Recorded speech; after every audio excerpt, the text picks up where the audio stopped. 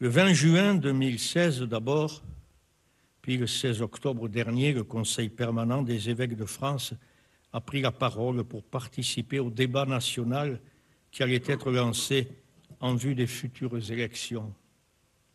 C'est un moment important de notre vie nationale, puisqu'il s'agit d'élire d'abord le futur président de la République, puis les députés qui exerceront leurs responsabilités, particulièrement celle de voter les lois. Le document du mois de juin désignait quelques points d'attention précis en vue d'une lecture attentive des programmes électoraux. Celui d'octobre invitait à une réflexion plus fondamentale sur notre société. Dans un monde qui change, retrouver le sens du politique.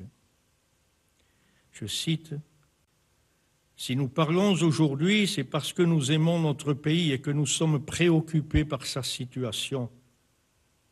Plus que jamais, nous sentons que le vivre ensemble est fragilisé, fracturé, attaqué. Ce qui fonde la vie en société est remis en cause. La crise de la politique est d'abord une crise de confiance envers ceux qui sont chargés de veiller au bien commun et à l'intérêt général. S'il ne s'agit pas de rêver à une illusoire pureté dans les rapports sociaux et politiques, l'attitude et l'image de quelques-uns jettent le discrédit sur l'ensemble de ceux qui vivent l'engagement politique comme un service de leur pays. » Fin de citation.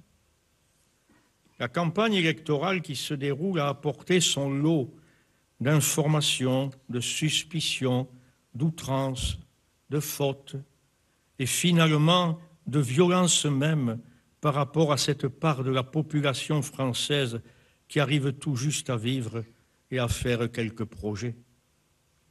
Le rapport à l'argent peut aveugler et empêcher de percevoir le drame profond que vivent ceux qui n'ont pas accès au travail, à un logement digne, à la culture.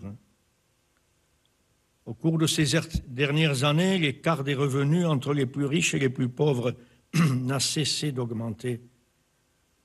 Ainsi notions-nous une France inquiète des injustices et qui comprend mal, par exemple, le salaire indécent de certains grands patrons, pendant que l'immense majorité des petits entrepreneurs se battent pour que leur entreprise vive et se développe. Fin de citation. L'exercice du pouvoir est exigeant. Il nécessite une vigilance de tous les instants pour demeurer au service du bien commun et ne pas en tirer un profit personnel aux effets désastreux. Vivre dans une démocratie est une chance, c'est aussi une responsabilité. Notre société apparaît bien divisée.